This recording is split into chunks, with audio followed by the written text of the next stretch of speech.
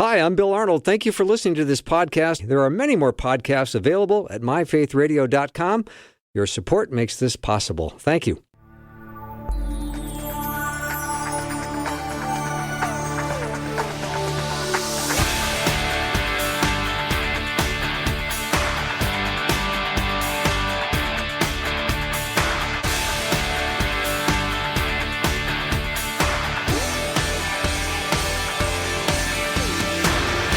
And a warm welcome to the afternoon show. I'm Bill Arnold, and it is a great start to the day. I've got a cup of gourmet coffee. Not only do I like the taste, but I like the jittery side effects.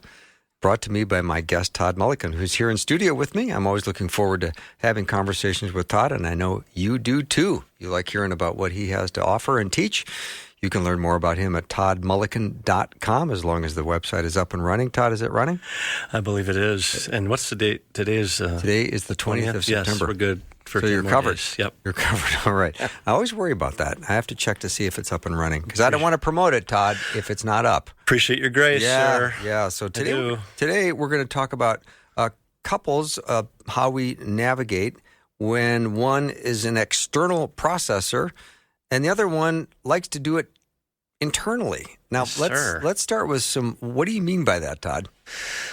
So the idea would be is when we're communicating, some people are what we call system one thinkers, and those people are more gut instinct, snap judgment, talk their thoughts, generally make the decision as they're speaking it out. And that's just naturally their physiology and their tendencies, and they've usually done that most of their life. So they're processing it as they're speaking. Yeah, absolutely. They didn't think about it, ruminate on it a little bit, and then speak. Generally not. Okay. Right? Yeah. All right. Yep. They just get their mouth going, and then they figure out how it's going to end up eventually. Yeah, and it's amazing, and they do great things in the world. Yeah. Oh, good. Yeah. So we're not down on those. Not at all. Oh, no. okay, good. There's strengths and weaknesses with both. Okay. System two thinkers are more introspective, reflective, think first, process their thoughts in the advance, information, right, and then share. Okay. And so, when a couple is meeting for the first time and conversation just evolves and one's more communicative, one's more internal, it's actually kind of nice. They're not stepping over each other. They're not having silence for 10 minutes. They have kind of a balance, right? The person that's speaking out loud and as he or she is thinking is carrying the conversation a little bit. And the person that generally tends to be more internal, Bill, is more listening well. And both people enjoy that, right? There's some give and take there, but both are in their sweet spots, they're in their strengths. And so I see that a lot, in couples I know that, where we're doing pretty well, or couples I know that aren't doing so well, all the above, right? So it's a very common pattern. So I think it's just good to know, like, initially, those differences are actually wonderful, right?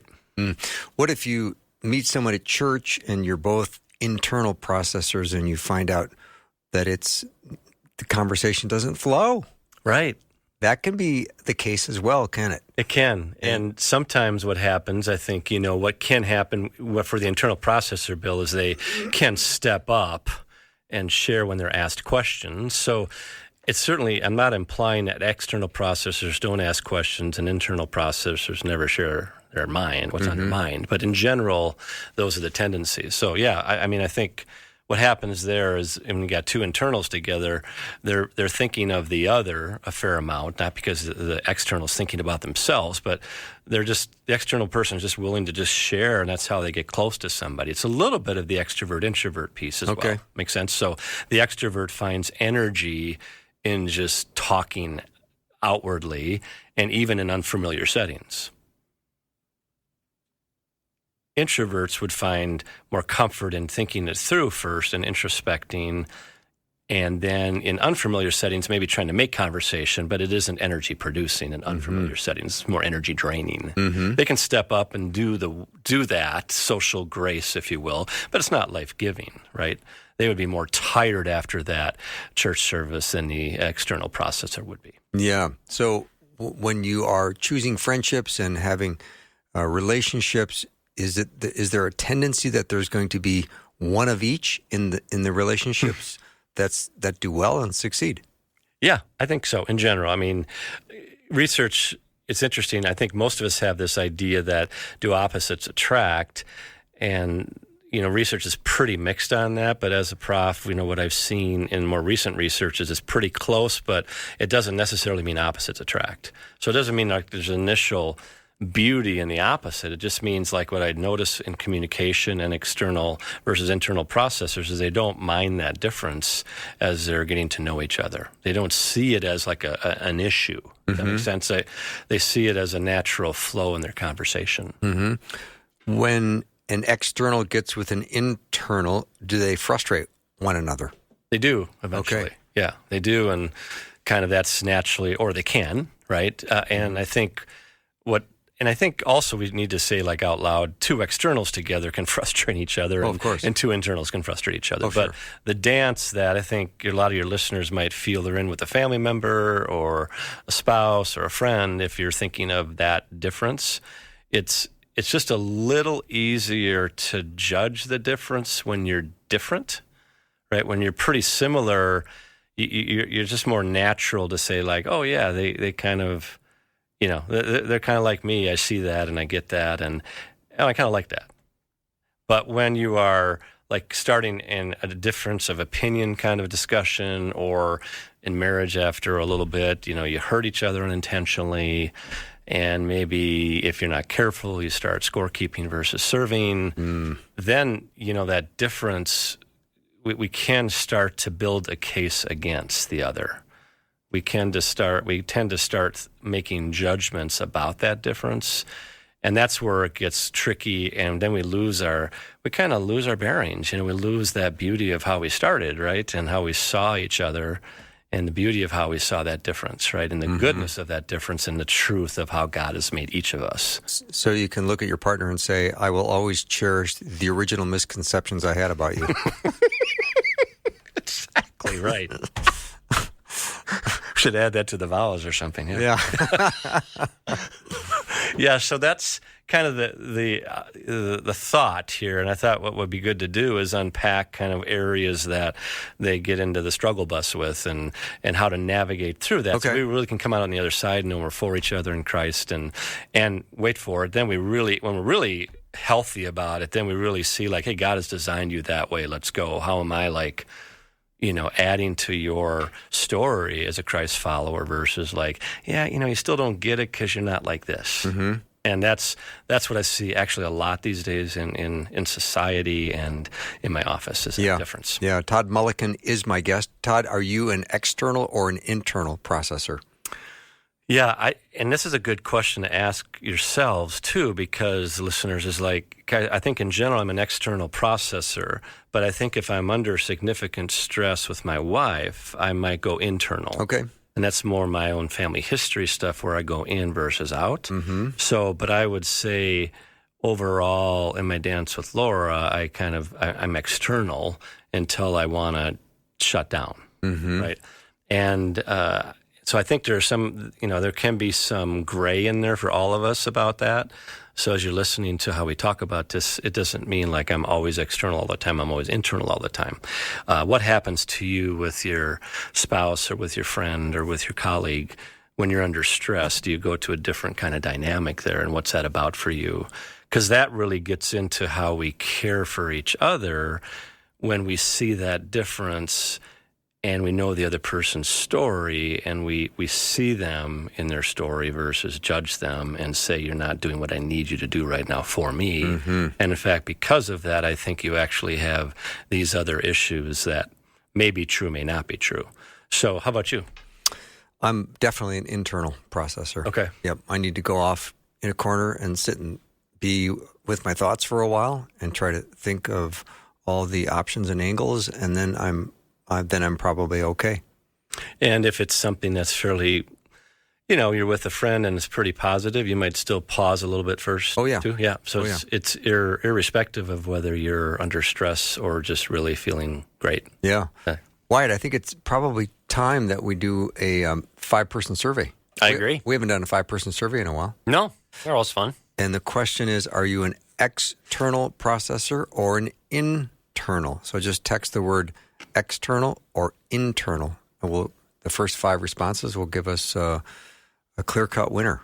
877-933-2484. Do you process things externally where you just have to start talking, or do you like to go and be alone with your thoughts for a while and try to figure out what you want to say, and then you get together and talk? Curious. 877-933-2484. Are you external or internal? Todd Mulliken is my guest as we're talking about this very topic today, Todd. And I think it's interesting when someone comes to you and says, I'm just going to start talking about what happened, but at the end of the conversation, it includes a car accident. And you go, whoa, no, you needed to bring that up right away. I was in a car accident and I'm fine. But an external processor might say, I was on the road and I was driving and I was listening to this, wonderful Christian song, and I was having a thought about what I'm going to do tomorrow for lunch when I have some friends over. Yes. And then all of a sudden a guy swerves and hit me. Mm-hmm. And he got there eventually. Yeah. Hang on, right? But is that an example of an external processor? I love that. It could be, well, and obviously there are external processors that have a hard time landing the plane, right? Where they kind of get going and they have a hard time landing the plane. But no, it's not necessarily always like that. But you're right; they'll have more meat on the bone. They'll be expressing, and because as they're talking out loud. Yeah. Okay, yep. Wyatt, do you want to give the results? Yeah. So it's just the first 5, and out of the first 5 that came in, we had 4 internal and 1 external. And we also had a comment from one of the internals saying, "Of course, my husband is external." Kind of like what we were talking about earlier, Todd. Yeah. It's usually mixed. So yeah. But there's probably over 10 already that have popped in. Yeah, which is great. Yeah.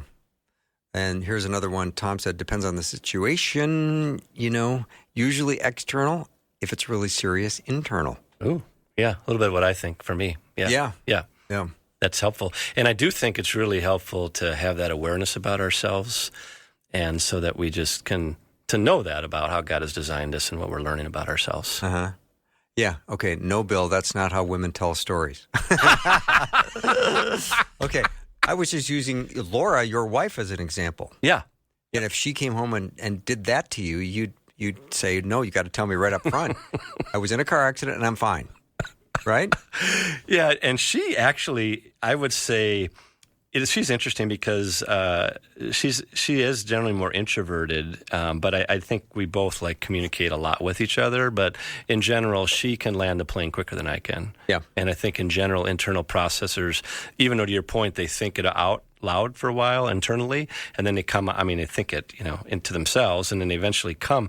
They tend to be a little bit more brief. In general, okay. I don't want to oversimplify that, but in general, I see that tendency too.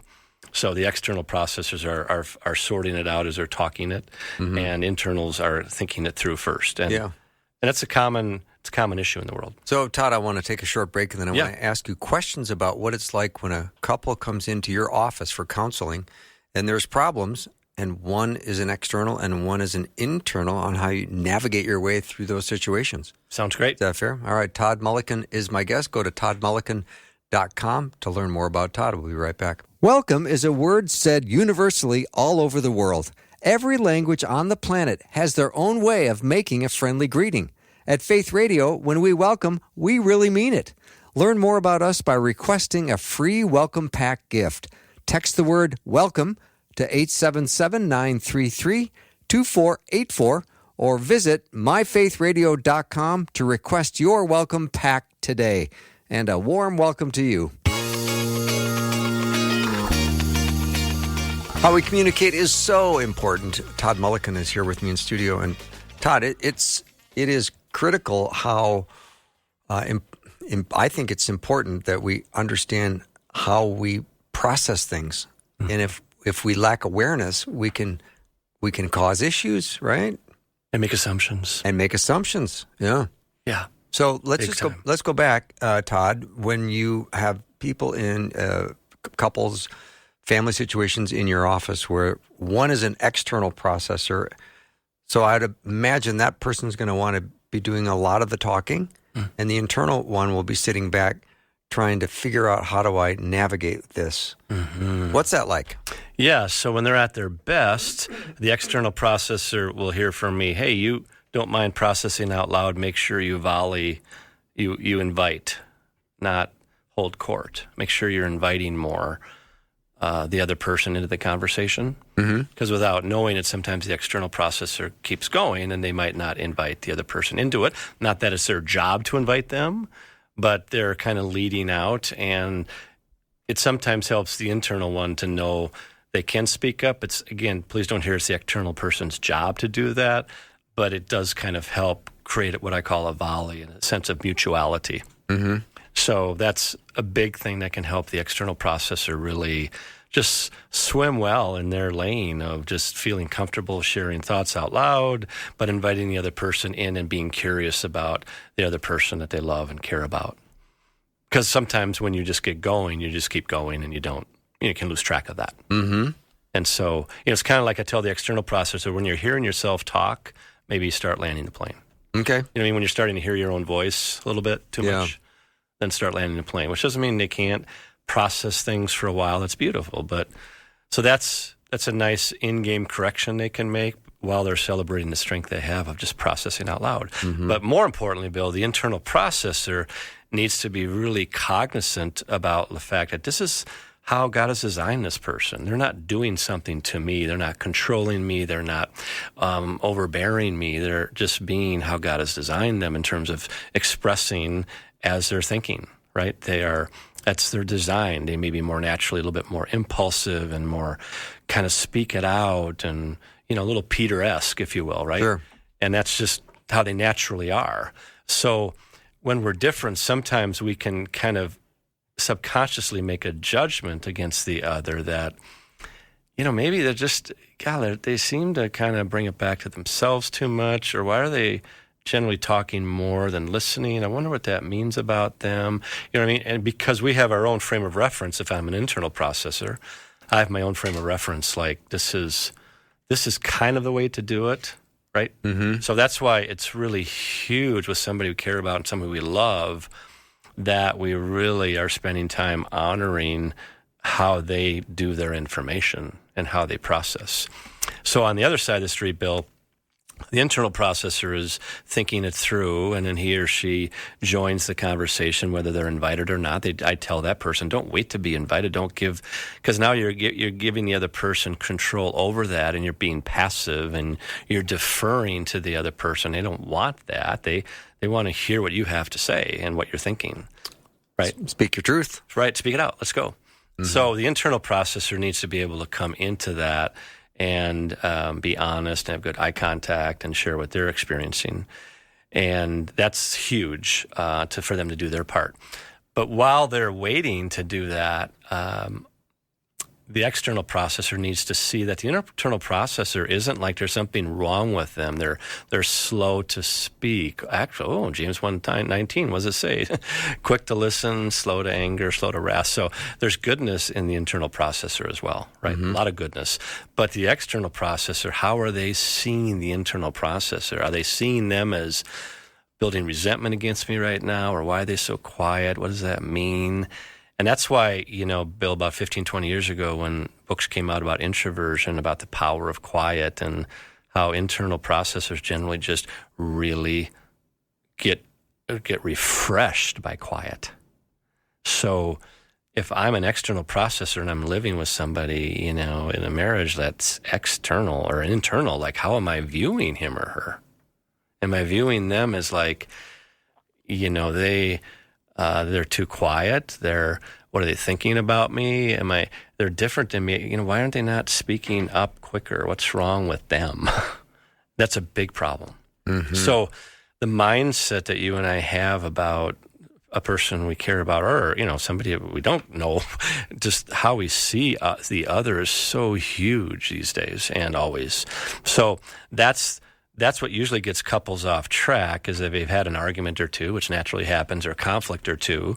What tends to happen is that personality difference gets a little bit more inflamed. Does that make sense? So under stress, more typically anyway, the external processor will get a little bit more elevated and the internal processor will go internal longer. Right? That makes sense. So the fight of the external, the flight of the internal. Now, again, like one of your listeners said, he finds himself a little bit like me, where sometimes I'll go in under deep stress and try to sort things out so I don't just put my foot in my mouth quickly. So I think we can be different that way. But in general, that's the first step, is how are we seeing that difference? And if I'm not building a case for Laura and how God has designed her and how her introversion is amazing and good and she's a deep thinker and here's what I'm for with her, I'll much more quickly build a case against her if she's quiet and not saying anything. Interesting. And so, and we're taught, like, but Todd, I'm with somebody that's this. I'm really with somebody that's that. And I get it. There are people out there that are doing things that are manipulative and exploitive and intentional, and that's really unhealthy and needs to be addressed. But most of the time, for most of us in our situations, when we're under stress and we feel hurt, we're not trying to do something to the other. We're just trying to survive ourselves. So I'm just trying to say, like, I'm really, your quiet is really hurting me, and I'm just, I feel like you're shutting me out, and that's really hard on me. I'm processing. Right, exactly. Oh, thanks for sharing that. I see you in that, right? You didn't like my attitude, though, did you? Right. Well, hopefully you'd be a little less, you'd be more validating. Not like we're lighting a candle and having a party, but like we would ideally be saying, like, oh, nobody's doing anything to each other right now. Now, we already talked about that earlier on one of our quiet times together. We go, hey, next time we kind of get in a spin out, let's really try to have a mindset about, like, hey, we have this different way of handling things. And how do we use that for good? And because God's designed us in his image, so how do we use this difference for good? And how do I get to give you time to be quiet? And how do I get to let you have your time to share out loud? And how do I get to do that for you versus like, no, I need you to do it my way. And what tends to happen for people, Bill, there is that, let's say, like, I shut down for me because, let's say, even make it about a female, like my mother or something, was really hard on me, and so I shut down all the time under stress. So ideally, my wife knows that about me, my story, and she has understanding about that. And she goes, oh, I see you in that. I see you're not doing it to me. You're unwinding out of your own trauma, and I see you in that. Now, ideally, then I have to make sure I don't go to a counselor for 100 years saying, hey, look what my wife's doing to me. She's reigniting the trauma from my past. I need to be able to go, wait a minute. I need to get through that for myself and not expect her to soothe that. I need to reframe that she isn't my mother and she is just more this way, and that's how God's designed her. So I tell people, make sure your own, if you do have trauma, it doesn't mean everybody has trauma, but if you do have some trauma, mild, moderate, or severe, how are you understanding that about yourself and praying through that and getting good counseling for that, so that you don't have an expectation that your spouse will always know that and make sure they never, like, touch that part, right? And then if I'm the spouse, I need to go, hey, I see you in that. I know you're not doing anything to me right now. You're just really shut down and you're just frozen, and I see you in that. So how do we recognize each other and each other's stories is a deeper work people need to just be aware of, Bill. So then the hurt mindset doesn't take over. Because the hurt mindset is when I'm now building a case against this person. Look, they still don't do it the way I need them to. They're still doing the thing that hurts me the most, and we're not getting anywhere. And they still talk too much, or they still shut down too much, and then we're just like, boy, we just get like ruminative about it. We just lock in on that difference versus like, yeah, we're different there and it's hard, but we still love each other. We're still for each other. Let's learn how to come back and talk about it when neither of us are under this kind of stress.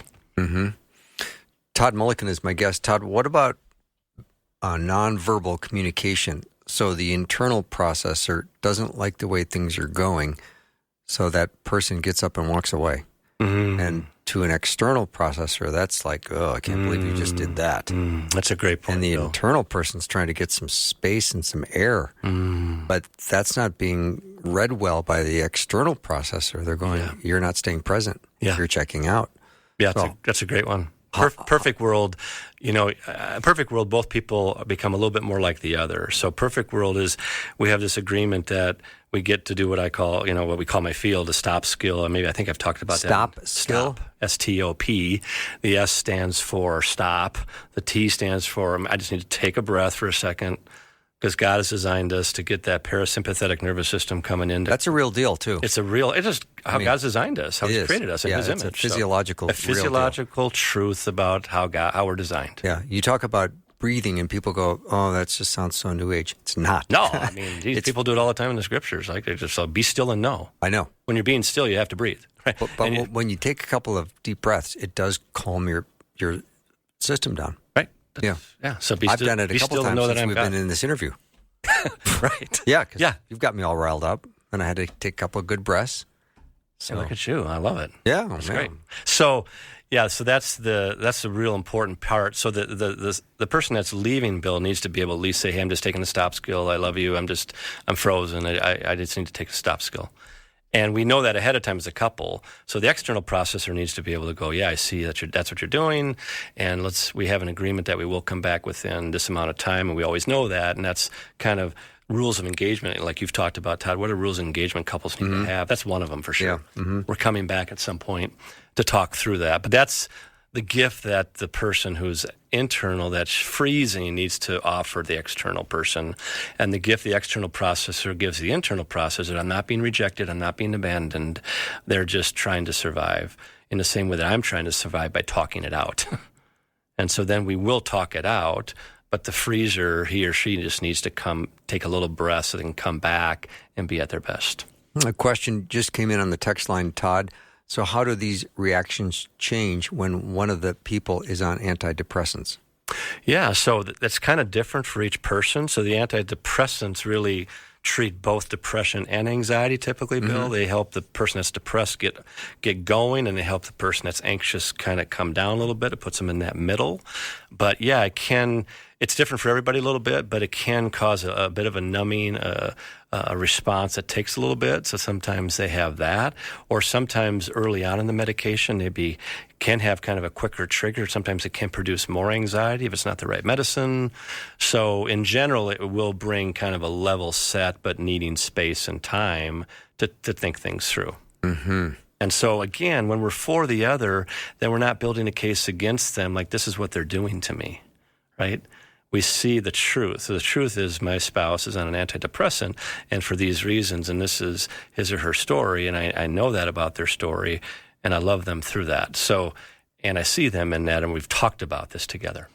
All right. Todd Mulliken is my guest. You can go learn more about Todd at his website, toddmulliken.com. And if you have a question or comment about what we are talking about today, are you an external processor, or do you do it more internally, where you get yourself alone and you think through all of your thoughts and then you talk? Or do you just start talking and figure out that in the process of talking, you will get your point out? So I'm real curious. It looks like the majority of the people on our little survey, Wyatt, I think were internals? About 70%. 70% are internal processors. I find that very interesting. We'll be right back with Todd in just a minute.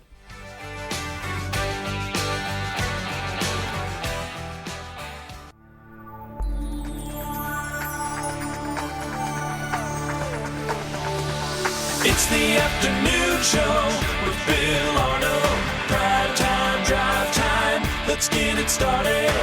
Jump in your car. Yeah. What's for dinner? Hey. It's the afternoon show with Bill Arnold. Communication is complicated, isn't it, Todd Mulliken? My goodness. Yeah, absolutely. It is complicated, and especially if you are if you communicate as an external processor and you're talking to an internal processor. You just have to understand that there could be stylistic differences, and there's also ways in which you can improve your communication skills. I mean, if you're an external person, I remember hearing Dennis Prager say once, you should talk for 4 sentences and then stop talking to see if somebody else wants to talk or to see if anyone's still listening. I wonder if Dennis is internal. Yeah. Yeah. What do you think? That's a good point. That's a great point.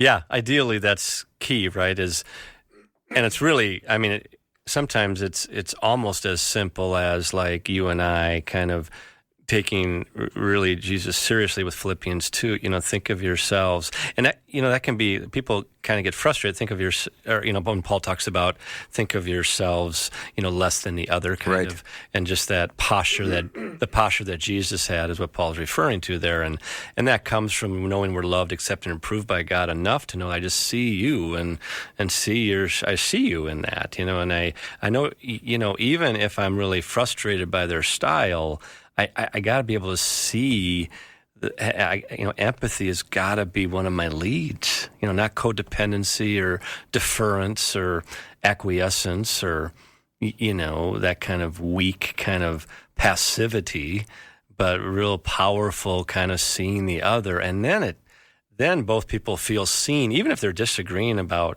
parenting, intimacy, in-laws, money, all the things that couples can disagree about pretty actively and regularly.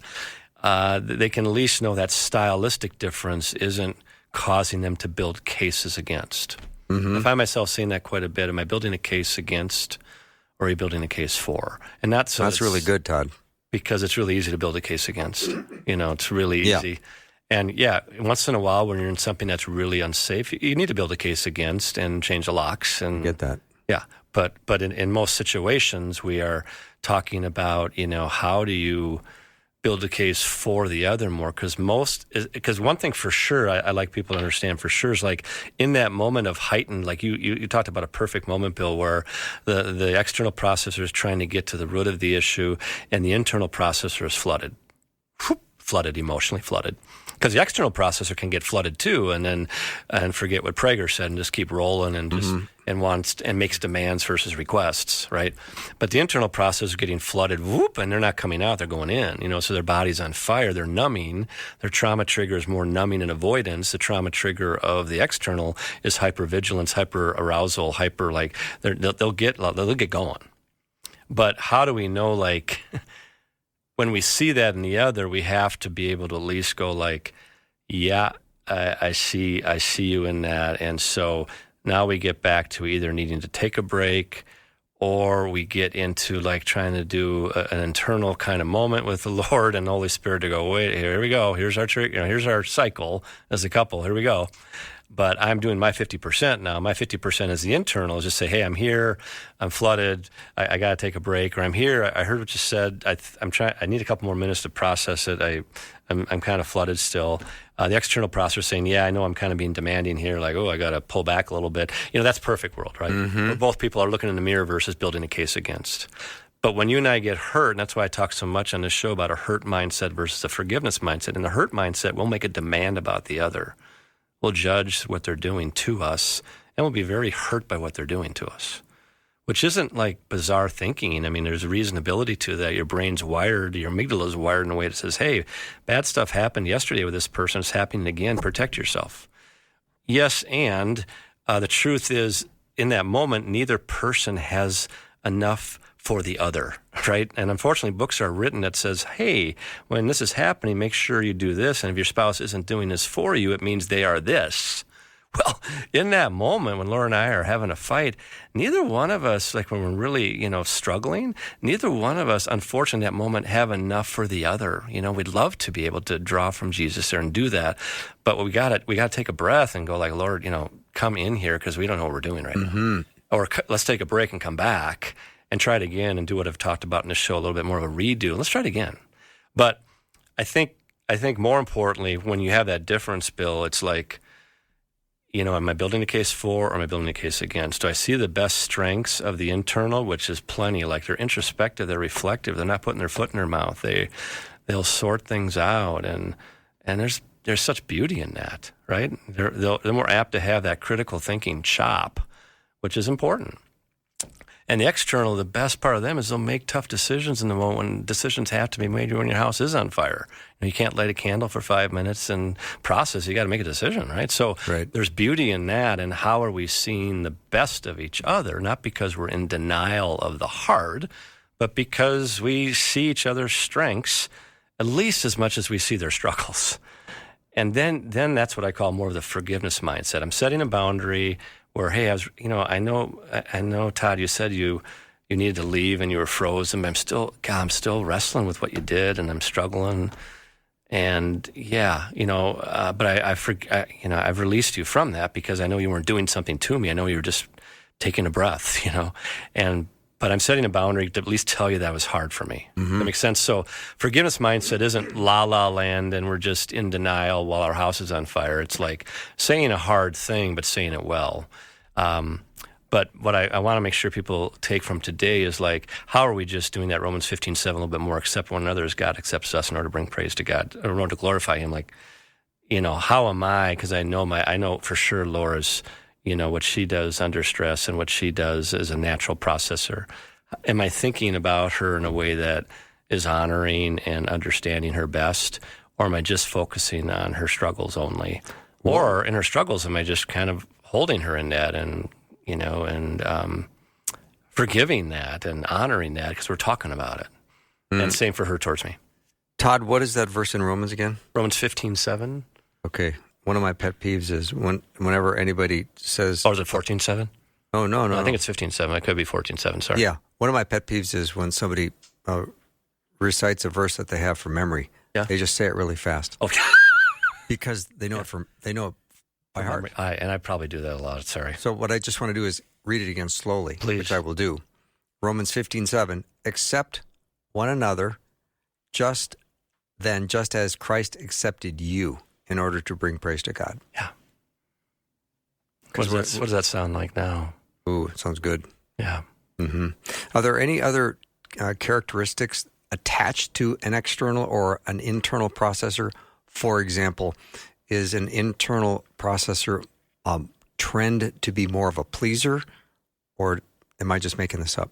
Yeah, great question. So, yeah, I would say not necessarily. Okay. Right? Because you can have an external kind of party in a box extrovert that's just like, loves everybody and they want everything to be okay, but they really also want everything to be okay. They don't want problems, right? They just want everybody to be happy and, So that's it's not always the case. But I would say, I would, I don't have research on that for sure. No, that's fine. That was just kind of a weird question I had. I'm also curious because we can always improve. If you're an external, you can be a better communicator, and an internal can be better. I mean, that's one of the reasons people come to you, because they want to be better at communicating and figuring out how to do the dance better, right? So true. Yeah. And, for the external, I think the key is really be grateful that you can communicate in the moment and you find your words and you're good. The key really is to be sensitive to the other, not because you're not, but because sometimes you can just get going and just have that sense of an invitation, because that's a game changer. I've had family systems in my office, Bill, where the external processor has 3 other people in the family and they're all kind of more quiet. And they just kind of watch the other person as they talk all the time. Mm-hmm. And that's not like the end of the world and stuff, but they're building a case against him or her, and the other person saying, why are you guys doing this to me? And, these assumptions we make from that, and we make attributions about that. We not only make assumptions about the other person, but we also think that's what they're thinking and that's what they're doing to me.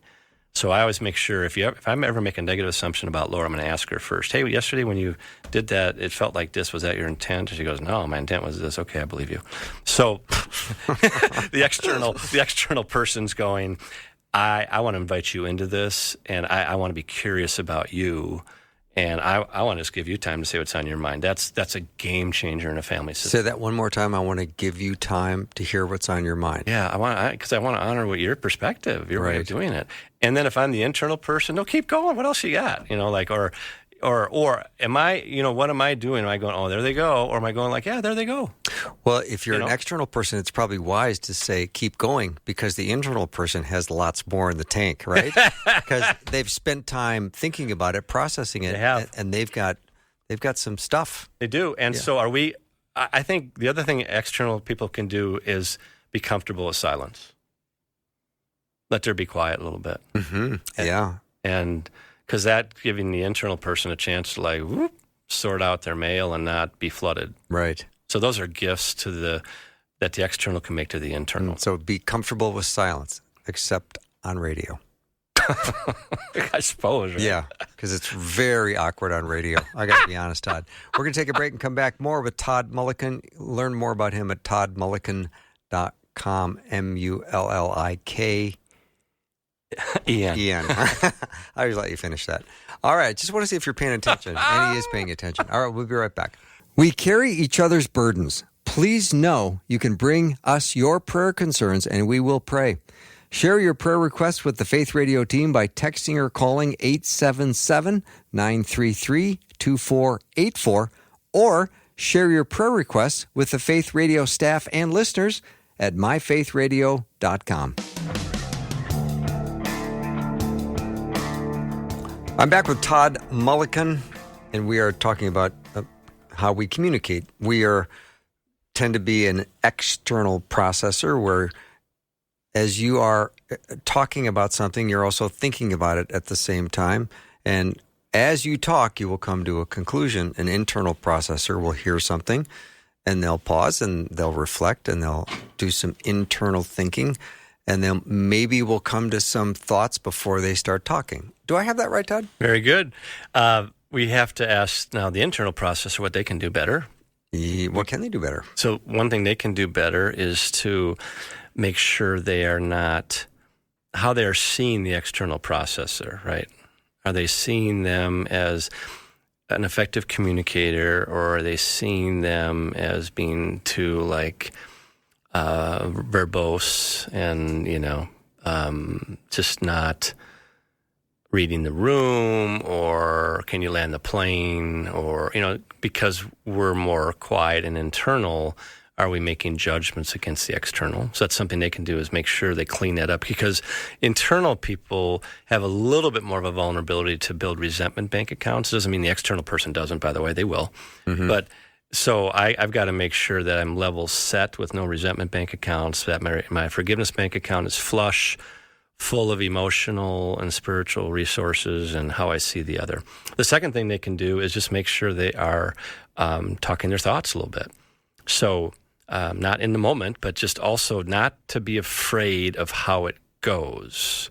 So the internal processor sometimes is very frozen by, if I say this, then he'll do that. Or if I say it this way, then she'll do this. And they're kind of giving power over to the other person that usually the other person doesn't want. So the internal processor needs to make sure they avoid their biggest weakness, which is overthinking and just not making a decision, right? So at some point, know that you're enough in Christ just to say that I don't know, but I'm still processing, and that's beautiful, just to say that. Yeah, but if I say that, then my spouse will really get upset. That's okay. That's not your issue. That's their issue. Well, it's my issue, Todd, because I'm wearing it now. Like they're shutting down for a half an hour, or they're really angry with me. Well, let's address that. But so that's the second gift, is make sure the internal processor is just being honest about what they're experiencing as they eventually come to that thought or that feeling or that decision. And then not to overthink it too much, right? So, because the overthinking can lead to rumination, and rumination can lead to just being frozen with indecision. So in the same way that the external processor can just kind of do fire, ready, aim, and put their foot in their mouth, the internal processor can just ruminate too much and then just be frozen and just be afraid of making the wrong decision. Mm. And from our little survey, there seemed to be more internal processors than there were external. Yeah. So are we just a group of people that want to take things in and be thoughtful and figure out how we want to word what we're going to say? Are we just trying to be intentional with how we communicate? Oh, those are beautiful things. I'm not saying the external person just starts talking because I think external people have gifts. They're able to talk and process and come to conclusions. And that's a beautiful thing. It is. Yeah. Yep. I'm not coming down on one side. I'm just saying the way God has made us, sometimes it's challenging if you feel frustrated or you've got resentment going towards someone who's external if you're internal. Yeah. I'm glad you brought that up. Yeah. And I think, I guess I like talking about it because I think it's one of those slippery areas that happens. I've seen, been doing this for 35 plus years, and it's like I just see that where, they're not that. They're not really that. They're just this. And this is really what's going on. And so can you see them in that, or are you wearing their stuff too much? You've heard me say probably so much, see it, don't wear it. So the idea is... What does see it, don't wear it mean? I see you in Jesus. I see how God has designed you. I see that you're an external processor, or I see that you're an internal processor. I see that. And actually I see your story and actually know some of the root causes of the strengths and weaknesses of that. I see you. If I'm wearing it, then I'm defined by what you're doing to me, and I'm just taking it on. I'm wearing it. I'm not seeing it. When I see things, I just think, come and see what we're reading the scriptures, right? And when, Jesus just sees us. He just knows us, right? And he knows our strengths and our weaknesses. Of course, we can't be Jesus, but we're trying to, through his power and the Holy Spirit's power, to have that discernment. So how am I seeing the other is such a big takeaway from today. If I'm proactively seeing, especially when we're different, am I seeing the beauty of how they are and their strengths in that more than I am scorekeeping about their weaknesses and what they still haven't figured out yet? Because I got my own to work on. Another question, Todd, what if the internal processor refuses to come back and process ever without repeat fighting or flight and resorts to numbing with alcohol? How should this be approached? Yeah, and that's one of the dangers for the internal is they freeze and they cope. Now, the external can cope in different ways by having dysregulated anger, and I always say to couples, let each other in versus take things out on each other. So the external processor can have a struggle because they take it out on the other. The internal processor is actually taking it out on their spouse by not playing fair, and it isn't playing fair to never come back. That's why I have a 24-hour rule, period. You have a 24-hour rule because you get to come back and share what's on your mind. And you get to create a safe place. And maybe next time I'm on, we can talk more deeply about like how to do that repair work well. But I'm really glad that caller brought that up because that's one of the dilemmas for the internal is they just never come back. And that's why they always, like when you brought up that beautiful example, I'm glad you brought it up where, hey, you let the other person in. That's fair. You got to play fair. And playing fair and fighting right means I'm struggling. I'm just quiet. I don't know what to say, but I love you and I need to take a break. That's playing fair. But it's also wise to have fair boundaries, isn't it? So It is. if you have a 24-hour period, as much as you may not want to respond within 24 hours, to be fair and respectful, you need to. You do. And that helps you get out of your resentment bank and building a case against. And then I always talk about I always talk about vulnerability as the best way for the Holy Spirit to speak through you when you're vulnerable about like, I think I'm frozen and I think I've just been in this cycle with you, Hunter, for a bunch of years and I don't know what to do and I'm just overwhelmed, and I'm just stuck, I don't know what to do. Or hey, I think God revealed to me it goes back before you, sweetie, and it's this stuff and I'm just stuck. That's vulnerable lead out. And then your spouse has a much better chance of caring for that and not defending. So I always talk about vulnerability is the best lead out, and then validation is the best response. And so if that person wants to leave and not come back, they've got to be vulnerable enough to say, I sometimes don't want to come back, hon, but I know I need to. And I know we got this 24-hour rule, but I'm just kind of scared, but I'll do it. Something like that even. But they've got to fight fair that way. So I'm glad they brought that up. I like that. It's good stuff, Todd Mulliken. Thank you very much for coming in. Thanks for having me, Bill. Yeah, it's always good to have you, and you always give us lots and lots to think about. If you want to learn more about Todd, he's written how many books have you? Four. He wrote 4 books. All right. Some people will call them booklets. They're kind of short. Some are shorter. Yeah. Which I personally like because I don't want to have a big 400-page book. 400-page thing. No, yeah. I can't do that. Gotcha. Yeah. But you can go to Todd Mulliken, Mulliken. K-E-N. We do this together as a team. ToddMulliken.com. All right, we'll take a little break. When we come back, the great Greg Kokel is going to join us. He is an apologist, and there's not many like him. So you're going to want to stick around and learn a lot from Greg Kokel. We'll be right back.